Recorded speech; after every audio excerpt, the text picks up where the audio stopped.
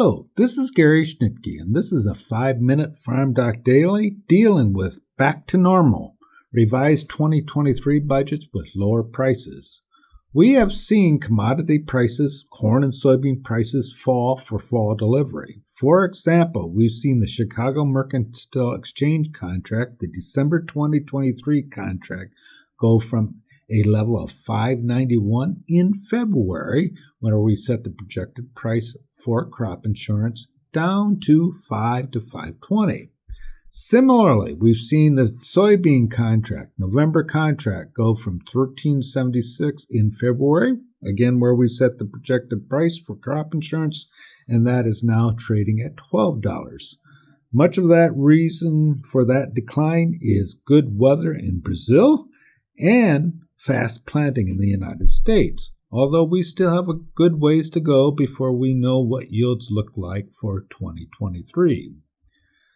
The Office of Chief Economist of the U.S. Department of Agriculture released their first release of 2023 market year average prices. That would be their estimate of average prices across the U.S., and it was $4.80 for corn for 2023 compared to $6.75 for 2022.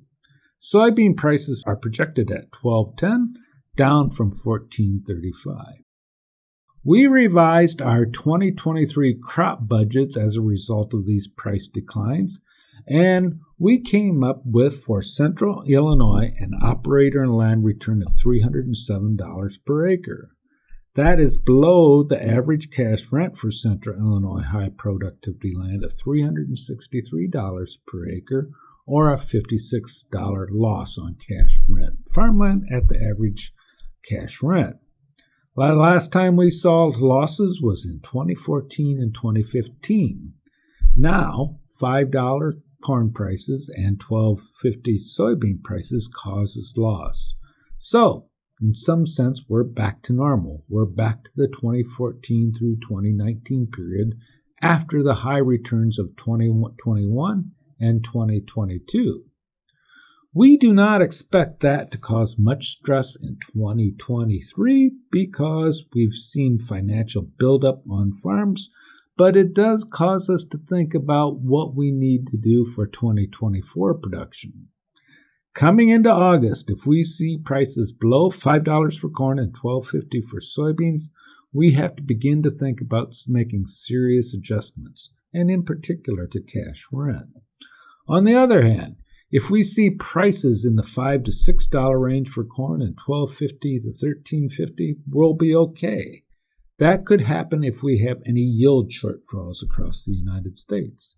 And if we see prices above $6 for corn and $13.50 for soybeans, we're likely to have a reasonable year for 2024. So we can have a good harvest season and Christmas, but again, we have risk out there and you might want to use variable cash rents.